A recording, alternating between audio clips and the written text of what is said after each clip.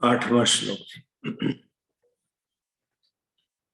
महोक्षः खट्वांगं परशुरजिनं भस्म फणिनः। महोक्षः खट्वांगं परशुरजिनं भस्म फणिनः। कपालं चेति तव वरदतन्त्रोपकरणम्। कपालं चेति तव वरदतन्त्रोपकरणम्। सुरास्तां तां वृद्धिं दधति तु भ्रवद्भ्रूप्रणिहिताम्। सुरास्तां तां वृद्धिं दधति तु भवद्भ्रूप्रणिहिताम्। न हि स्वात्मा रामं विषयमृगतृष्णा भ्रमयति। न हि स्वात्मा रामं विषयमृगतृष्णा भ्रमयति। ध्रुवं कश्चित् सर्वं सकलमपरस्तद्ध्रुवमिति।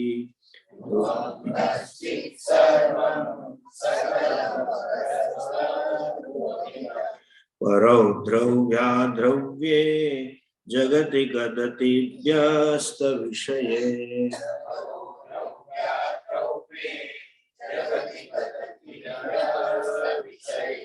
समस्तेऽप्येतस्मिन् पुरमथनतैर्विस्मित इव।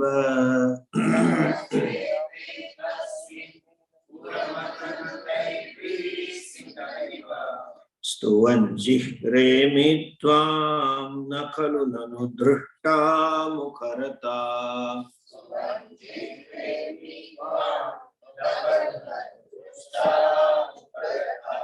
तवैश्वर्यं यत्नाद् यदुपरि विरञ्चिर्हरिरदः।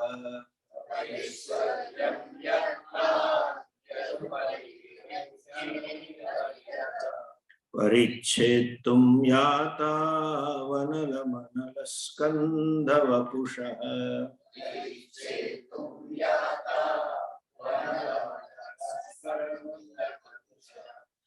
ततो भक्ति श्रद्धा भरगुरुगुणभ्यां गिरिशयत्।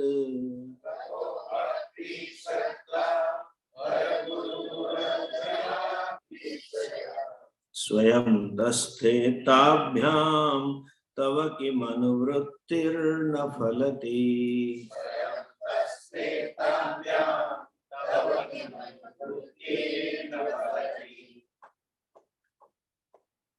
हे गिरिशः तव अनुवृत्ति ही किम न फलति। आपकी सेवा से क्या नहीं मिलता है, आपकी स्तुति से, आपकी भक्ति से क्या नहीं मिलता है। किसने की और कब की ये कथा है शिव पुराण। जिस दिन भगवान शिव जी प्रकट हुए, जिसको हम शिवरात्रि की कथा कहते हैं, वो कथा का सार इतना ही। ब्रह्मा जी और विष्णु आदि और अंत ढूंढने चले ज्योतिपुंज ज्योतिलिंग के। दो में से कोई भी ढूंढ नहीं पाया। जब वापस आके दोनों ने भगवान की स्तुति की, तब भगवान स्वयं प्रकट हुए। तब भगवान ने अपने स्वरूप का ज्ञान दिया। किसके माध्यम से? ओमकार के माध्यम से उन्होंने स्वरूप का ज्ञान दिया।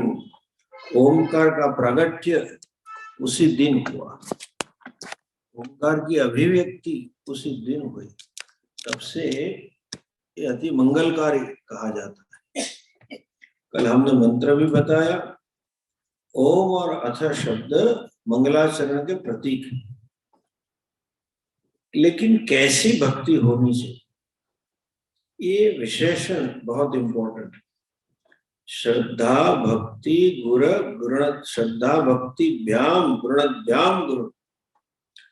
जब हम भक्ति करें तो उसमें श्रद्धा, भगवान की स्तुति करें या सेवा करें तो श्रद्धा और भक्ति दोनों होने से।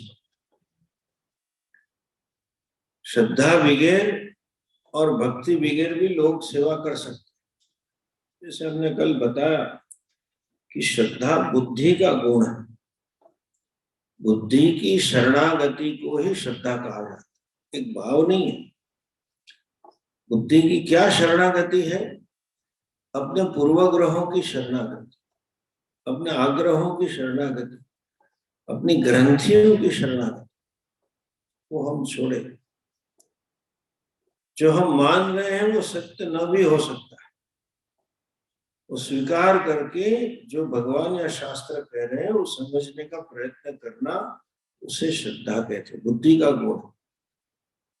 श्रद्धा का अर्थ ये नहीं कि हम अपनी बुद्धि बंद कर दें, सोचना ही बंद कर दें, नहीं, निष्पक्ष रूप से सोचने की क्षमता, अपने राग द्वेष को या हमारे पूर्वग्रह को एक साइड पे रख के जो गुरुजी और शास्त्र कह रहे हैं वो सत्य ही होगा, और उसकी सत्यता को पाने का प्रयत्न, उसे श्रद्धा है।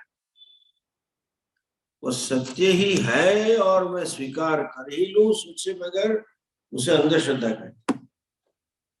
और वो असत्य ही है, ये कोई काम का नहीं, उसको सोचे बगैर उसका त्याग कर दो, उसे अश्रद्धा कहते हैं। अंग्रेजी में कहेंगे श्रद्धा मतलब क्या है? Acceptance pending discover. I accept it, but I work to discover myself the truth of the statement. उन्होंने जो कहा है उसकी सत्यता में समझो, समझने के लिए मैं स्वीकार करूं, और स्वीकार करके समझने का जो प्रयत्न है उसका बल को, उसके बल को श्रद्धा कहते हैं। जब श्रद्धा होगी तो यह बल मिलेगा, नहीं नहीं ये सत्य ही होगा, मैं प्रयत्न करूं कैसे सत्य समझ ले। श्रद्धा बुद्धि का गुण। भक्ति जैसे हमने कहा कल, क्रिया भक्ति नहीं है, एक भाव जो है उसे भक्ति कहते हैं। कौन सा भाव है? शरणागति का भाव, भगवान के प्रति प्रेम का भाव, उसे भक्ति कहते हैं। कई लोग वो भाव के बगैर भी कर्म करेंगे, मंदिर में या कहीं संस्था में किसी को नौकरी में रखा हो तो उसको भगवान के लिए कोई भाव नहीं है, उसको तनख्वाह चाहिए, उसीलिए काम कर रहा है। सो भक्ति ये शरणागति का भाव है, और शरणागति तब आती है जब शरण्य के प्रति हमारे मन में प्रेम होता है।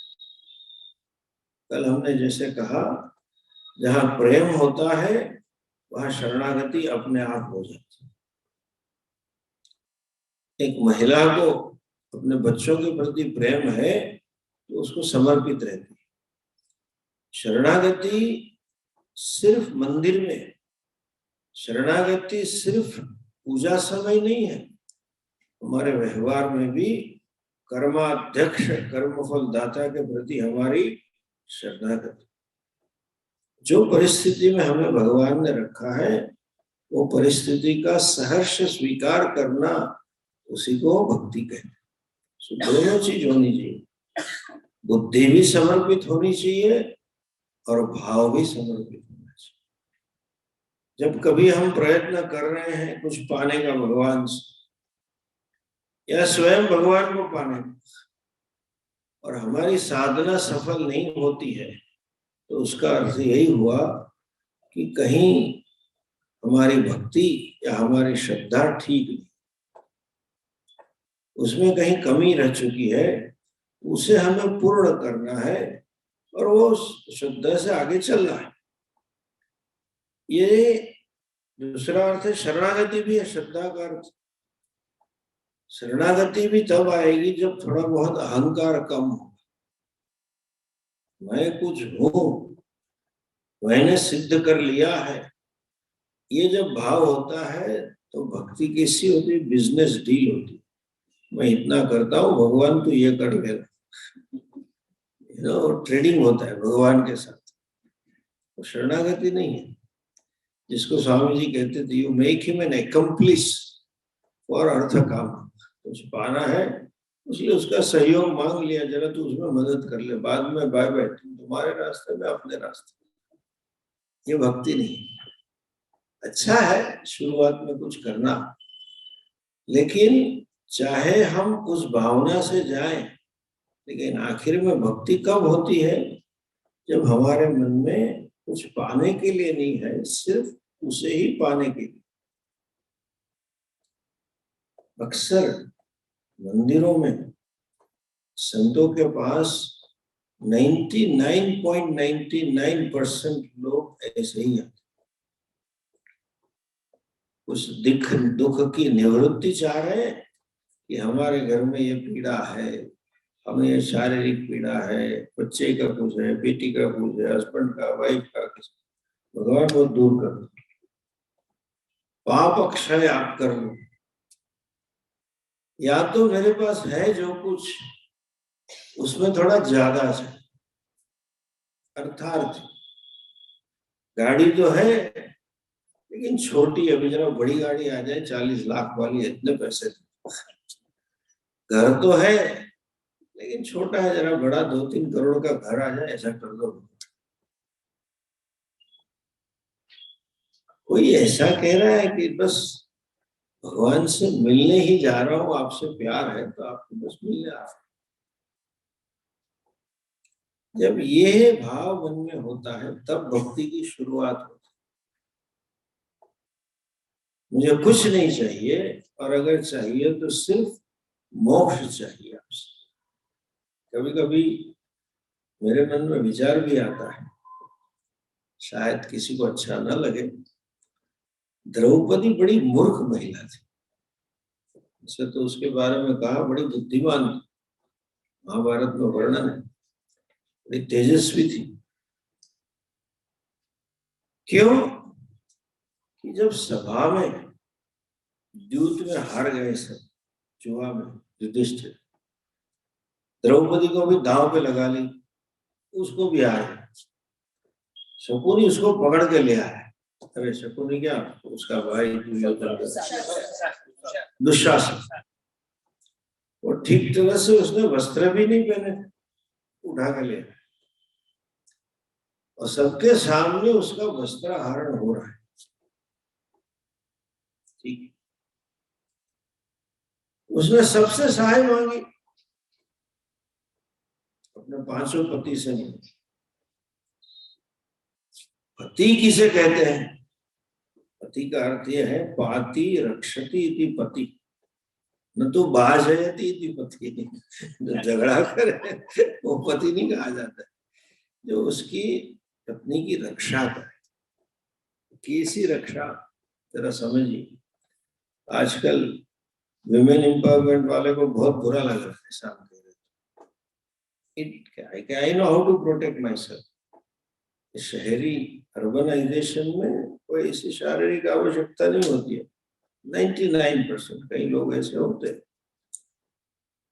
Protecting her emotional, not physically only, cognitive, इसको कहते companionship, to share my pains and agonies, to share my emotions, that is the main job. रक्षति, रक्षा करना, validate that emotions, I appreciate your feeling. कोई भी महिला के जीवन में सबसे बड़ी दुर्घटना ये है कि उसकी आबरू लूटी है सबके सामने। 5 में से एक भी काम के नहीं है, इतने पराक्रमी थे, कोई कुछ नहीं हुआ, भीष्म भी नहीं कर सके, कोई नहीं। आखिर में जाके उसने नारायण को याद किया, भगवान कृष्ण। तो ऐसा कहते हैं कि भगवान स्वयं भक्त को इतना प्रेम करते हैं कि स्वयं लाज बचाने के लिए स्वयं ने आलिंगन दे दिया। तो साड़ी रूप में भगवान का अवतार हुआ, ऐसा राम कृष्ण रूप में तो था, लेकिन साड़ी रूप में हुआ अवतार, और उसकी लाज बचा ली। जब 1000 साड़ी निकल गई, दुशासन थक गया, छोड़ दिया, फिर धृतराष्ट्र को कुछ अंग्रेजी में कहेंगे सेंस आई, थोड़ी बुद्धि चली, तब उसने डांटा, घे रोक दो। डर लगा उसको कि पतिव्रता कहीं श्राप देगी तो वैसे ही साफ हो जाए, बोले छोड़ दो उसको। हम उसे, चाहे अभी जुआ में हार गए हैं युधिष्ठिर, वो हमारी बन चुकी है, लेकिन हम उसे छोड़ दो, उसको स्वतंत्र कर दो। उतना ही नहीं, उसे मां पूछा, कहा धृतराष्ट्र, बेटी तुझे क्या चाहिए? मैं क्षमा चाहता हूँ, मेरे बेटे ने ऐसा कहा किया, तुझे जो चाहिए वो मांग ले। अभी द्रौपदी ने क्या कहा? मुझे मेरे 5 पति वापस, इसलिए मुझे बुद्धू लग रही। अगर मैं होता तो उनको कहता उसी को रखो, मेरे तो गिरधर गोपाल वही रक्षा करने वाले, और क्या है। मैंने गुजरात में कहा ठुणिया 5 ने हूँ करवाना, रात सभा कहीं ना करिए क्या। In the court they could not support her. What is the use of these husbands? ऐसा नहीं हुआ। नहीं, मुझे मेरे 5 पति को मुक्त करके वापस दो। हृदय अभी भी भगवान में नहीं। भक्ति जो है, प्रेम जो है, कहाँ है? पतियों के प्रति। मीरा के पास पति था तो भी वो कह के चली गई, मेरे तो गिरधर गोपाल दूसरों न कोई। ये जब मन में भाव होता है तब उसे भक्ति कहते हैं। और जब तक हमें अहंकार रहता है, मैंने कुछ सिद्ध किया है, तब तक शरणागति नहीं आती, तब तक सेवा का भाव नहीं आता है। एक बिजनेस डील होता है, या जिसको कहेंगे अंग्रेजी में लिप सर्विस हो। केनोपनिषद में बहुत अच्छी कथा आती, देवता और दानवों का युद्ध होगा, दोनों देवता जीत गए। जब विजय प्राप्त हुआ तो विजय की खुशी में उन्होंने एक पार्टी रखी थी। और जब युद्ध के बाद में पार्टी होती है, मिलना जुलना होता है, तो युद्ध की बातें करेंगे। जब इलेक्शन खत्म हो जाएगा, रिजल्ट आएगा, वो 2 दिन वही चलेगा। कौन सी सीट में क्या हुआ, वैसा क्या हुआ, वो कहेगा मैं ये ले आया, मैं ये ले आया, सब कर रहे थे। सब अपना अपनी बड़प्पन की बात कर रहे थे। मैंने इसको ऐसे मारा है, मैंने उसको ऐसे मारा है, हम ऐसे जीत गए। अस्माकम एव अयम विजयः, अस्माकम एवं अयम महिमा, तद विजिज्ञो। देवता ऐसे बोल बोल के कह रहे थे, उनके मन में ये भाव खड़ा हुआ, हमारा विजय, हमारी ये महिमा। इस बात का सर्वांतर्यामी परमात्मा को पता चल गया। क्या पता चला? असुरवत मिथ्याभिमान होना वो असुर का लक्षण है। इसलिए वो असुर न बन जाए, इसलिए वहां पे एक यक्ष प्रकट हो गए। जब यक्ष के रूप में प्रकट हुए तो जैसी स्थिति यहाँ पे विष्णु जी की और ब्रह्मा जी की हुई थी, वैसी स्थिति सभी देवताओं की हुई। एकदम तेजस्वी कोई खड़ा हो गया पार्टी के कोने में, सब समझ गए कि बड़ा तेजस्वी है, अपने से बड़ा बलवान है, लेकिन अभिमान का नशा था। पूछो उसको कौन है? कह रहे हैं कि सबसे पहले अग्नि देवता गए। अग्रेगामित्वाद अग्नि ही, देवताओं की सेना में सबसे आगे चलते हैं। जब अग्नि देवता वहां यक्ष के पास गए और पूछने चाहते थे कि अरे भैया तू है कौन, वो पूछे उसके पहले यक्ष ने पूछा वो सी तुम। उसका प्रभाव कैसा होगा कल्पना कीजिए। हिंदी में कहते उसकी बोलती बंद हो गई, अग्नि देवता की बोलती बंद हो गई। वहां जाके पूछने के बजाय ऐसे ही अवाचक होकर खड़े हो गए। तो उसने कहा कोसी तुम, फिर भी नशा था। तो बोले अग्निर्वाहमस्मि जातवेदाहमस्मि, मेरा नाम अग्नि है, मुझे टाइटल मिला है जातवेद। जातानि जातानि वेद इति जातवेद, मैं सबको जानता हूं। अच्छा, तस्मिन् त्वयि किम वीर्यम, तो अग्नि है तो उसमें तेरे में क्या वीर्य है, क्या सामर्थ्य है, तेरा क्या पराक्रम है कि लोगों ने जात वेदा टाइटल दे दिया। बोले सर्वम इदम अपि दहेयम, जो कुछ भी है उसको मैं जला के राख कर सकता, मेरे सामने जो भी रख दिया जाए तो जला सकता। तस्मिन् तृणम दधौ एतद् दहेति, एक घास का तिनका रख दिया वहां यक्ष, जरा इसको जला के दिखा। अग्नि देवता ने पूरी जोर लगाया, कुछ नहीं हुआ। घास का तिनका वो जला ना सके। अभी अकेले में होता तो कोई बात नहीं, सब देख रहे हैं देवता सब देख रहे हैं, अप्सराएं सब देख रही, उनकी पत्नियां देख रही है। सामवेद में वर्णन है, अग्नि देवता बड़े शर्मिंदे होकर वापस आए। वायु को बोला कि तुम जाओ भैया, बलवान हो। वही हालत, वायु उसे पूछे उसके पहले यक्ष ने पूछ लिया कोसी। वायु ने बोला वायुर्वाहवस्मि। अच्छा, मातरिश्वावहस्मि, मुझे मेरा नाम वायु है तो मुझे मातरिश्वा कहते। मातरी अंतरिक्ष अकुंठिता गति स्वाति गच्छति इति मातरिश्वा। मातरी मीन्स अंतरिक्ष में जिसकी गति कोई रोक नहीं सकता, उसे वायु मातरिश्वा। ऐसा मैं, मुझे कोई रोक नहीं सकता, किसी का ताकत नहीं है। एक बार मैं वेग में आ जाऊं तो कोई मुझे रोक नहीं सकता, ऐसे भी नहीं रोक सकता, कहीं से हवा घुस जाती। सब बुजुर्ग लोगों तो मालूम होगा, एसटी बस पुरानी दो पत्थर बस में ऐसी छोटी कोने में जगह होगी, और ठंडी के सर्दी के दिनों में सुबह में जाएगा सू करके हवा आएगी एकदम कहीं कोने में से। तस्मिन् त्वयि किम वीर्यम, तेरे में क्या सामर्थ्य है। बोले यदिदम किंच सर्वम तद्दहेयम, कोई भी रोक दो मैं उठा के फेंक देता। यक्ष ने कहा वो तेरा आगे वाला ये तनखा जला नहीं सका, तू ये जरा उठा के ले जा।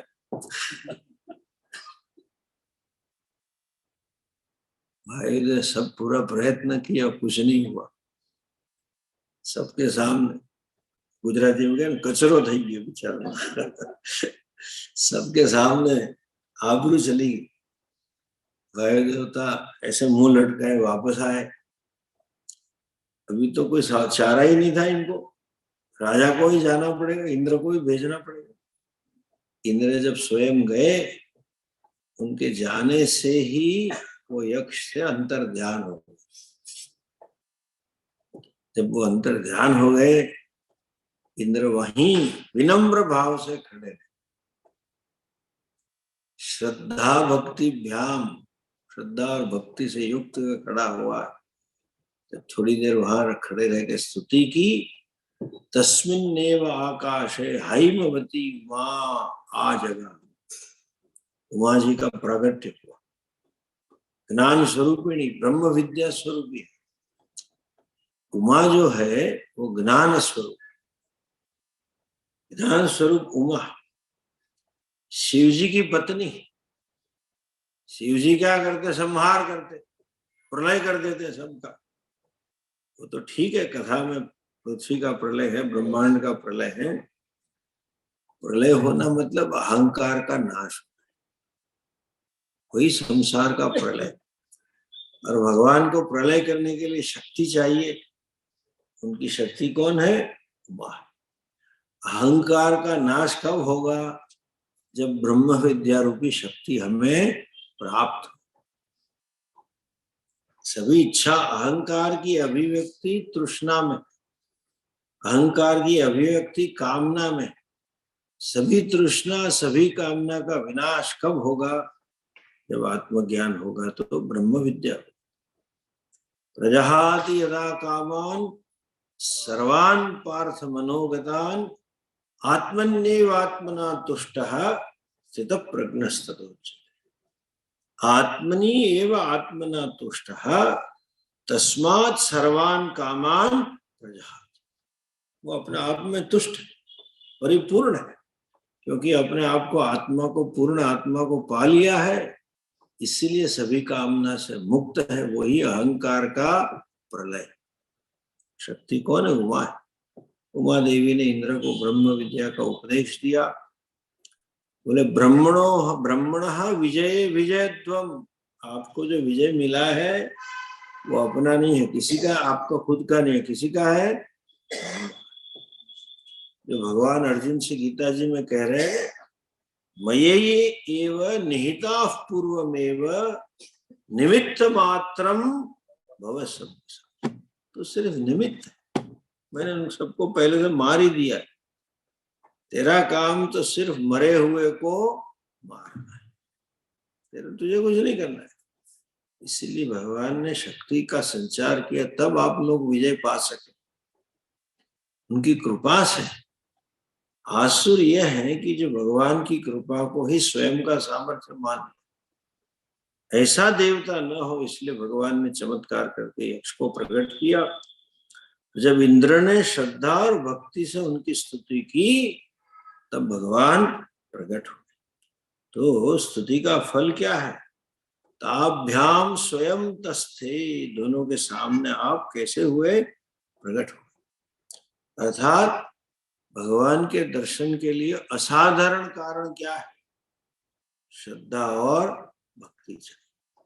दूसरे शब्दों में इसका दूसरा भी अर्थ निकल सकता है। भगवान विष्णु है और सात्विकता का प्रतीक है, पूर्ण सात्विकता। भगवान ब्रह्मा जी है, वो राजसिकता का प्रतीक है। और भक्ति का अर्थ यहाँ पे टीकाकार सेवा कर। तो सात्विक और राजसिक सेवा अर्थात सत्व से हमारी ज्ञानेंद्रिया बनती है, रजस से हमारी कर्मेंद्रिया। जब हमारी सभी ज्ञानेंद्रिया भगवान को समर्पित है, सभी कर्मेंद्रिया भी भगवान को समर्पित है, तब भगवान के जाके दर्शन होते, भगवान स्वयं प्रकट होते। ये भक्ति का फल कहा। आगे के श्लोक में भी भक्ति का महिमा बताते। ऐसा है, देखिए आगे का श्लोक, 12वां श्लोक, 11। अयत्नादापाद्य त्रिभुवनमवैरव्यतिकरम्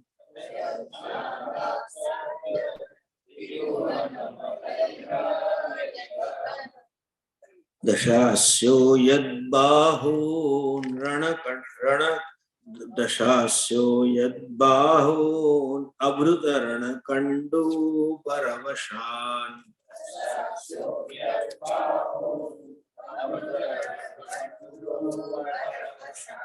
शिरः पद्मश्रेणी रचितचरणाम्भोरुहबले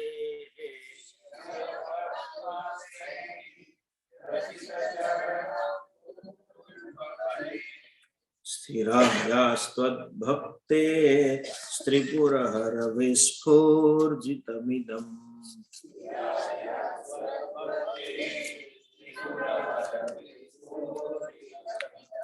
दोबारा साथ में।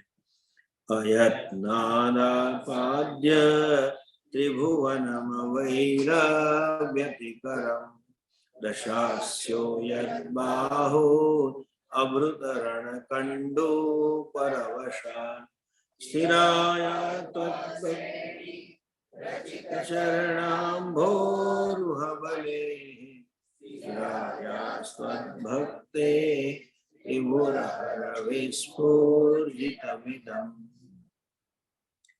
स्थिरायाः त्वद्भक्तेः इदम सर्वम विस्फूर्जितम। श्लोक का अन्वय सारांश ये है, जो चौथी लाइन है उसका अन्वय क्या है? स्थिरायाः त्वद्भक्तेः। त्वद पहले ले, त्वत् मीन्स आपकी भक्ति, भक्ति का, कौन सी भक्ति का? स्थिरायाः भक्ति, आपकी स्थिर भक्ति का, आपकी निश्चल भक्ति का। विस्फुर्जितम इदम, विस्फुर्जितम मीन्स फलम, यही आपकी स्थिर भक्ति का फल है। क्या फल है? दशास्य आपाद्य, दशास्य में दशमुख, दशानन रावण ने प्राप्त किया। क्या प्राप्त किया? अवैरव व्यतिकरम त्रिभुवनम अयत्नाद आपाद्य। कैसे प्राप्त किया? अयत्नाद, इसको प्रयत्न किए बगैर, बहुत अल्प प्रयत्न किया उसने। वो अल्प प्रयत्न से तीनों लोक का अधिपति बन गया, त्रिभुवनम। और तीनों लोक का राजा तो बन गया, अधिपति तो बन गया। उतना ही नहीं, लेकिन कैसे मिला राज्य? अवैरव व्यतिकरम, दुश्मन रहित का राज्य मिला। तीनों लोक का राज्य मिला जिसमें उसका कोई दुश्मन ही नहीं बचा। सो अनायास, निष्प्रयत्न, निष्कंटक तीनों लोक का राज्य का वो अधिपति बन गया। यह आपकी स्थिर भक्ति का ही फल है। उतना ही नहीं, आगे कहते हैं, क्या कहते हैं? कैसे मिला उसे? शिरः पद्म श्रेणी रचित चरणाम्भोरुह बले। और आगे की लाइन क्या है? दशास्यो यद्बाहु अभृत रणकंडू परवशा। उसको तीनों लोक का निष्कंटक, निर्वैर, अयत्न, प्रयत्न किए बगैर राज्य मिला। उतना ही नहीं, बाहून अभृत, उसके पास अभृत आधत थे, उसके पास हाथ। कैसे हाथ थे? 20 हाथ थे ना। तो 20 हाथ कैसे थे? तो के रणकंडू परवशा। रण मीन्स युद्धे, कंडू मीन्स खरजू, गुजराती में कहें खरजू। तो उसको ऐसे 20 हाथ मिले जिसको युद्ध करने का खर्जू था। युद्ध किए हुए खर्जू जब होता है तो कुछ ना कुछ खिचलना पड़ता है, रह नहीं सकता आदमी, अपने आप को रोक नहीं सकता। उसके हाथों में इतनी ताकत आ गई कि उसको किसी से भी युद्ध तो चाहिए ही था। ऐसे रणकंडू परवशा, युद्ध करने के लिए पराधीन हाथ मिले। हाथ ऐसे हो गए कि युद्ध किए बगैर रह नहीं सकते। ऐसे 20 हाथ उसे मिले, जिसको दूसरे शब्द में कहें युद्ध लंपट बाहु। युद्ध करने के लिए उसके हाथ कैसे थे? लंपट, मतलब उसके अलावा कोई सोच ही नहीं था। लंपट व्यक्ति उसे कहते हैं कि जो काम्य विषय है उसके सिवा उसके दिमाग में कोई सोच ही नहीं, निरंतर उस विषय की सोच, उसको ही पाने के लिए प्रयत्नशील होता है। ऐसे रावण हमेशा, उसको ऐसी बाहु मिली जो हमेशा युद्ध की ही सोच रखते थे, युद्ध करने के लिए ही उसको प्रेरित किया करते थे, जो अपने आप को युद्ध से रोक नहीं सकता था। ऐसे 20 हाथ में। सो दो चीज हुई, निष्कंटक राज्य मिल गया, और मिलने के बाद ऐसा हाथ मिले, ऐसा सामर्थ्य मिला कि उसको हमेशा युद्ध करने का व्यसन हो। ऐसे मिला। कौन सी भक्ति की रावण ने? शिरः पद्म श्रेणी रचित चरणाम्भोर उह बले। शिरः पद्म श्रेणी, पद्म का अर्थ है कमल। शिर कमल मतलब अपने मस्तक रूपी कमलों की श्रेणी, मतलब माला बना। भगवान को माला चढ़ाते हैं ना, तो रावण ने कमल की माला चढ़ाई। कौन से कमल थे? बोले कमल को कुछ नहीं था, शिर रूपी कमल की माला चढ़ा दी। कहाँ चढ़ा दी? चरणाम्बो हो, आपके चरण में माला रख दी। उसी से क्या हुआ? वह बले हे, ऐसा बल। शिव पुराण में ये कथा है। इसी कथा है कि रावण अपनी माँ की गोद में एक बार सोया हुआ। कैकसी उसकी माँ का नाम था। तो आकाश में से पुष्पक विमान निकला। जब उसने देखा कि विमान जा रहा है तो पूछा उसकी माँ से, क्या है? बोले विमान है। कैसा विमान है? देखिए, हमारे पुराणों में भी, इतिहास में भी बड़ी अच्छी अकल्पनीय चीजें लिखी। 777 और 747 और 737 जैसा नहीं था वो। ऐसा बोइंग था, आदमी के अनुरूप उसकी साइज बढ़ती जाएगी, कम होती जाएगी। पेट जैसा। कभी 2-4 पूड़ी ज्यादा खा ली तो समझ आएगी, कभी कम आई तो भी चले। तो पुष्पक विमान ऐसा था। और दूसरा इको फ्रेंडली था आज के जमाने। it flew not on fuel. उड़ने के लिए कुछ उसको कोई कंबस्टिबल, कोई फ्यूल, पेट्रोल, डीजल की जरूरत नहीं थी। सिर्फ उसके मालिक का संकल्प भी पूर्ण था। मालिक संकल्प करके बोले चलो उधर तो उधर, चलो यहां से तो यहां से, चलो ये हाइट से तो ये हाइट से, सब चलता था। उसने वो विमान देखा। As a child he got fascinated. उसकी कल्पना शक्ति तो ऐसी होती है बच्चों की। बोले मुझे चाहिए। बोले तेरा नहीं है, तेरे भाई का। उसके सौतेला भाई लगता था कुबेर। कुबेर का तेरे सौतेला भाई का। मैं ले आता हूँ भैया। बोले तेरा सौतेला है, तुझे देगा नहीं, मुझे चाहिए। जीत पकड़ ली। तो जीत से बचने के लिए माँ ने कहा जा शिव जी से मांग। जैसे ध्रुव की माता है ना, आप भागवत जी में कथा है, ध्रुव ने जीत पकड़ ली थी कि पिता की गोद में बैठ, तू मुझे बिठा दे। माँ ने कहा मैं नहीं बिठा सकती। बोले क्यों नहीं?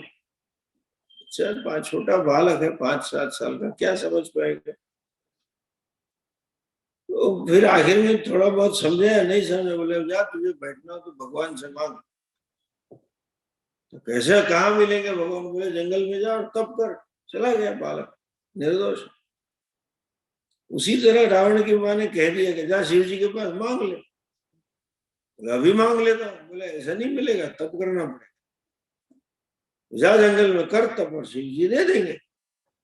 बात सच्ची मान ली। हृदय निर्दुष्ट था। माँ ने कहा है तो चलो ले लेते। चला गया। उसने पूजा करी, भगवान प्रसन्न नहीं। तो उसने मन में सोचा कि भगवान को अतिरुद्र किया उसने यज्ञ। कहीं अतिरुद्र यज्ञ भी किया, ऐसा वर्णन है पुराण। फिर भी भगवान प्रसन्न न हो। तब उसको अपना जीना बड़ा वृथा लगा। मेरा जीने का कोई अर्थ ही नहीं। मनुष्य को कोई चीज अगर तीव्रता से प्राप्त होनी होती है, चाहते हैं, और अगर नहीं मिलती है, निष्फलता आती है, तो उसे लग रहा है मेरा जीवन वृथा है, चलो मर जाओ, मुझे जीना नहीं। आपको आज एक बात बताओ। देखिए, महापुरुष की कृपा होने से, एक संकल्प और एक कृपा से देश का भावी कितना बदल सकता है। करोड़ों लोगों की जिंदगी बदल, जिसको अंग्रेजी में कहेंगे ना हाइंडसाइट में सोचेंगे तब पता चलता है। स्वयं अब्दुल कलाम ने अपनी आत्मकथा में लिखा है। बड़े गरीब कुटुंब से थे, पैसे नहीं थे उनके पास। बालक अब्दुल कलाम जी बचपन से बड़े तेजस्वी, ग्रेजुएट हो गए। पता नहीं कहीं संकल्प हुआ कि चलो मैं आर्मी में, इंडियन एयरफोर्स में ज्वाइन होगा, नहीं भी था ऐसा। तो एयरफोर्स में इंटरव्यू देने के लिए देहरादून आए, और जब आए तो अपने घर से कुछ गहने बेच के आए, इतने दरिद्र।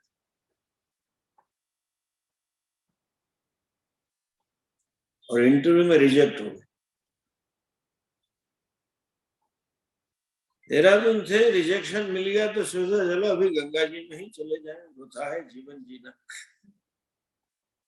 अभी जीने से क्या फायदा। देहरादून से इतना अच्छा हुआ तो ऊपर पहाड़ से गिरने का मन नहीं हुआ। गंगा जी में मुसलमान थे फिर भी श्रद्धा इतनी गंगा जी में थी, ये अपनी संस्कृति है। तो वो वहां से आए ऋषिकेश, शिवानंद आश्रम के सामने स्पॉट ढूंढ रहे थे कहां से लगाओ। तब गुरुदेव शिवानंद जी निकले। महात्मा की दृष्टि से वो समझ गए कि बंदा कुछ गड़बड़ करने वाला है बच्चा। गुरुदेव ने उनसे पूछा क्या है, कुछ नहीं बोलेंगे। फिर जरा ऐसे प्यार से पूछा, जिनके जीवन में तप होता है ना, उनके शब्दों में सामर्थ्य होता है। बोल पड़े, बस जीना नहीं है, जीवन वृथा हो गया, मुझे एयरफोर्स में जाना था, घर में पैसे नहीं है, मेरे पास वापस जाने का किराया भी नहीं। किराया था लेकिन मैं सोचा अभी जाना ही नहीं है तो किराए का खर्चा करके इधर चला आया। ऐसे तो टिकट देहरादून की थी। तो वैसा स्वयं लिखते हैं कि शिवानंद जी महाराज ने आशीर्वाद देके कहा कि तू देश का दूसरा सर्वोच्च काम करने के लिए निर्मित हुआ है, ऐसा मत सोच। You are there to fulfill a bigger purpose for the country.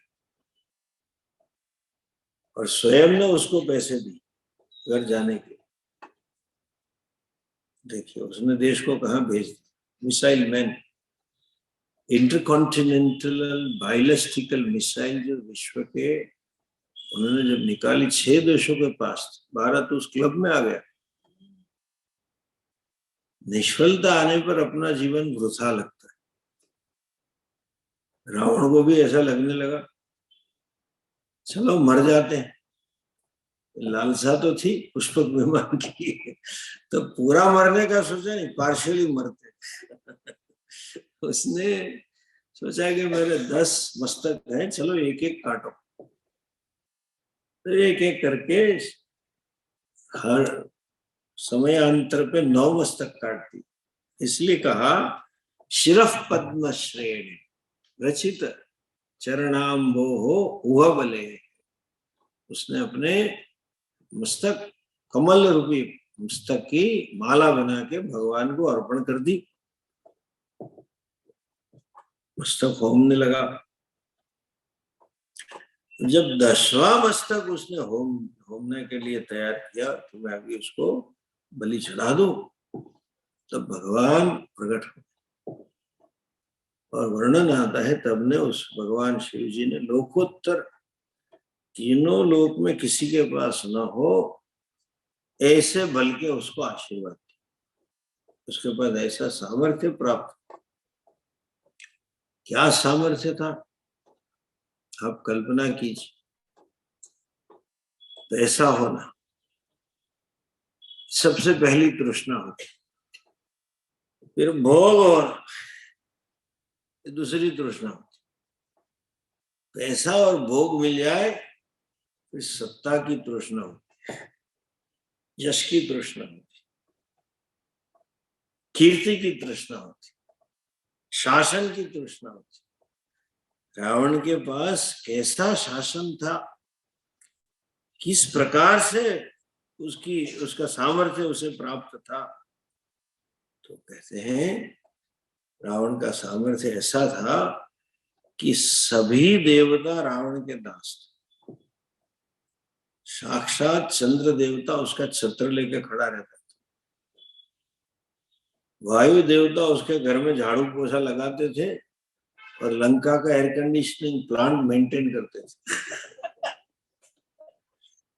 हमारा घर सेंट्रली एयर कंडीशन हो सकता है, मॉल पूरा एयर कंडीशन हो सकता है, 10 माला वाली हॉस्पिटल सेंट्रली एयर कंडीशन हो सकती है, लेकिन पूरा गांव, पूरी लंका सेंट्रली एयर कंडीशन। वायु देवता उससे डरते थे, अग्नि देवता खाना पकाते थे, इंद्र देवता माली का काम करता था, सूर्य देवता रात्रि को मशाल लेके चलता था। ऐसा बाय द वे, एक ये चीज देखो, आएगी बात आगे अगले वाले श्लोक में। कितना भी हम प्राप्त कर ले, you may become an accomplished person,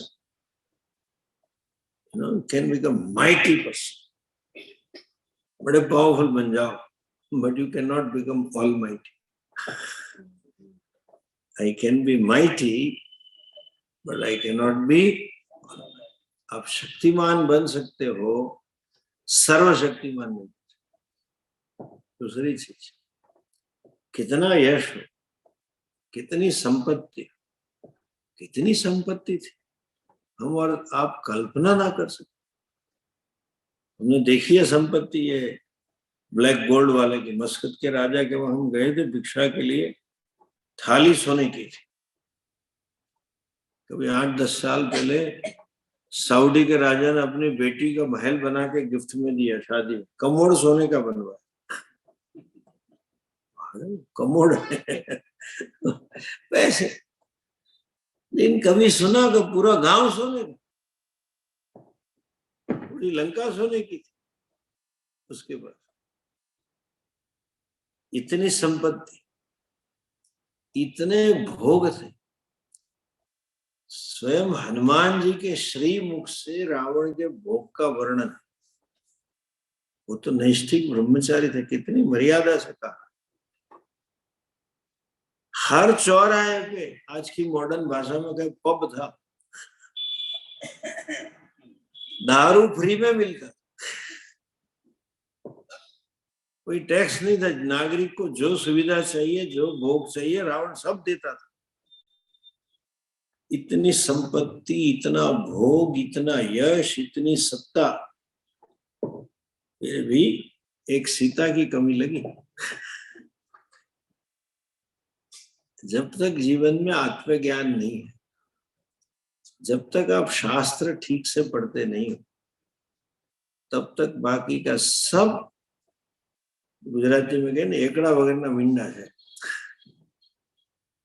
कुछ भी हो, कोई कीमत नहीं। और ये कुछ न हो, लेकिन वो एक है तो सब कुछ। आत्मन्येव च संतुष्ट, आत्मतृप्त। वो पछतावा कर रहा है मरने की, जब मरने पड़ा था तब कर रहा है। ये इतना सामर्थ्य था उसके पास, कैसे हुआ? अयत्नात्, कुछ प्रयत्न किए बिगड़ गए। क्या है? स्थिरायास्त्वद्भक्तेः विस्फुजितम् इदम्, आपकी स्थिर भक्ति का फल। स्थिर भक्ति मतलब क्या है? नैष्ठिकी भक्ति, निष्ठा पूर्वक की। जैसे हमने कल कहानी बताई, दूसरे भक्त ने कहा बस लाखों साल तो लाखों साल, मालूम तो है हमारी एक दिन मिलेगी तो सही मुक्ति, सर काटने पड़े तो भी मैं काटूं, लेकिन मेरी श्रद्धा विचलित नहीं। हरि मुझे देंगे, भगवान मुझे देंगे, जो चाहिए वो मिलेगा ही। वो समर्पण की निष्ठा थी, भगवान के प्रति उसका पूर्ण विश्वास था, उसी का ये फल है।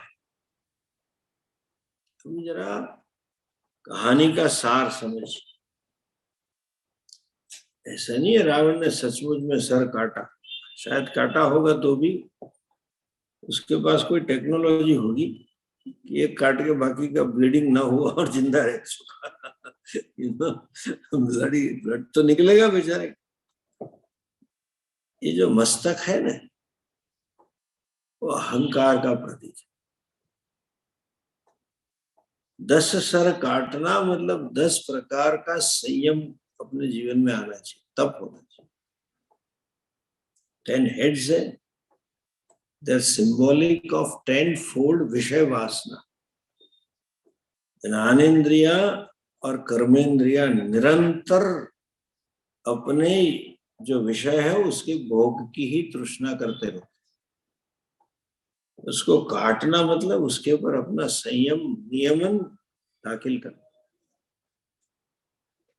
जब इंद्रिय जय हुआ उसका, तब निष्ठा से भक्ति हो पाए, तब जाके भगवान समर्पित। दूसरा अर्थ यह है कि हम सर को समर्पित करते हैं, अर्थात हम हमारे भोग जो है वो सभी भगवान को समर्पित करते हैं। जो शिव मानस पूजा में हम बोलते हैं ना, वो आत्मा त्वं गिरिजामति सहचरा प्राणा शरीरम गृहम पूजा ते विषयोपभोग। हमारी 10 इंद्रियों भगवान से समर्पित है। अर्थात क्या है, यहाँ वैष्णव संप्रदाय में वल्लभ में बड़ी प्रचलित, ये रसनेन्द्रिय है, वो भोग मांग रही, लेकिन मैं अपने अहंकार को समर्पित नहीं कर रहा हूं। अहंकार मांग रहा है, लाओ खाना, कुछ अच्छा खाना, तो नहीं, मैं खाना किसके लिए बनाऊं? भगवान के लिए बनाऊंगी और उसका प्रसाद के रूप में मैं खाऊं। ये इंद्रियों का समर्पण। यद्यत कर्म करोमि तत्तत शंभो तवार। नारायण का भी वही श्लोक है, कायेन वाचा मनसेन्द्रियैर्वा बुद्ध्यात्मना वा प्रकृते स्वभाव करोमि यद्यत सकलम परस्मै नारायणायेति। दस मस्तक को शिव जी को अर्पण करने का अर्थ क्या है? हमारी 10 इंद्रियां भगवान को समर्पित, हमारी 10 इंद्रियां भगवान की सेवा में, नहीं कि अहंकार को समर्पित। एक और चीज बताओ, हमने कहा जुम्मा देने बात करो, कौन से who are this guys, talk in the room, you go to inside. हमारा इंद्रिय से सिर्फ अपने अहंकार की तृप्ति के लिए हम भोग नहीं कर रहे हैं। हमारा जीवन ईश्वर को समर्पित है। इसलिए परिकल्पना है। क्या कल्पना है? आत्मा त्वं गिरिजामति सहचरा प्राणा शरीरम।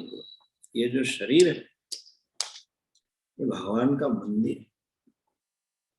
चैतन्य रूप में परमात्मा विराजमान।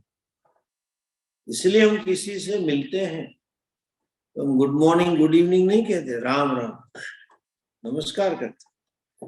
वैष्णव हो गए जय श्री कृष्ण, शिव का भक्त हो गए तो ओम नमः शिवाय, माता जी वाला बोलेगा जय माता जी, कुछ बोलना है।